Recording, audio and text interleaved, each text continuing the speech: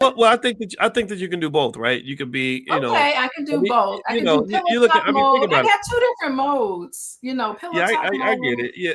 And then Well, I got, maybe okay, I'm doing an interview It's like Dr. professionally. Bryant mode. Dr. Bryant's not a real therapist, but Dr. Bryant is relatable, right? So maybe you could be the relatable black woman. However, Well, whatever I role don't you want to want to be take is Dr. totally up to Bryant. you. Well, no Okay. disrespect to Dr. Bryant. Let's not get into that.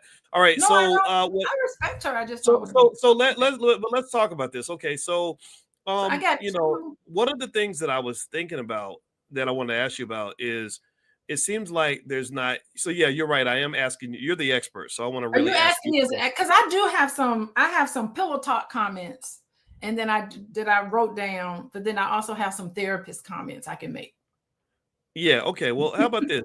You make whatever comment you feel comfortable with, and I'll Okay. answer. All right. I'll just make, I mean, I believe me, I got opinions, and if anybody wants to hear my opinions, go to drboystv.com. I talked about this movie for an hour and a half, not so much about the Oh. film, but about the trauma. Yeah, yeah, but Okay.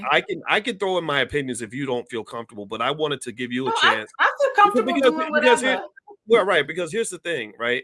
I think that healing has to happen, right? I think that instead of us having films that immortalize and glorify the idea of black female suffering forever, Okay. like you are a black woman, your life supposed to be hard, and we're just gonna watch movies about it and cry about it. I'm the guy that just says, okay, maybe we can also do something about it, right? I Okay. don't want to see my sister suffering. When I see the problem, for example, of single black mothers, I see it also from a statistical standpoint. All the data shows that the lowest net worth in America is that of a single black mother with children.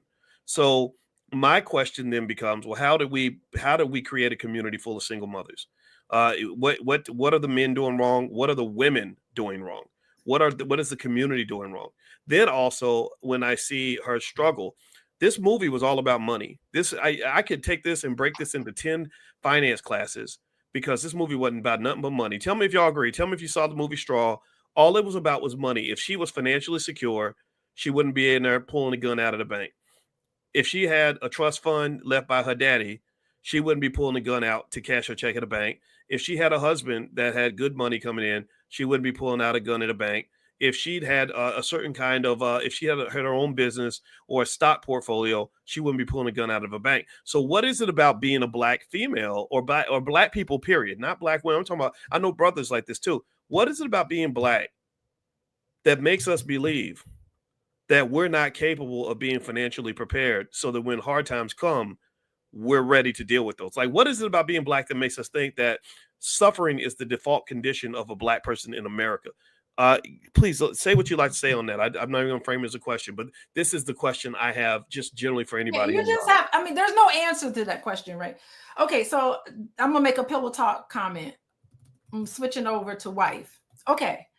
I want to know, what is the point of this movie in Tyler Perry's mindset? Like, what was he thinking about? Like, what if I could interview Tyler Perry, I would say, why did he feel the need to tell this particular story in this particular way and not have any healing?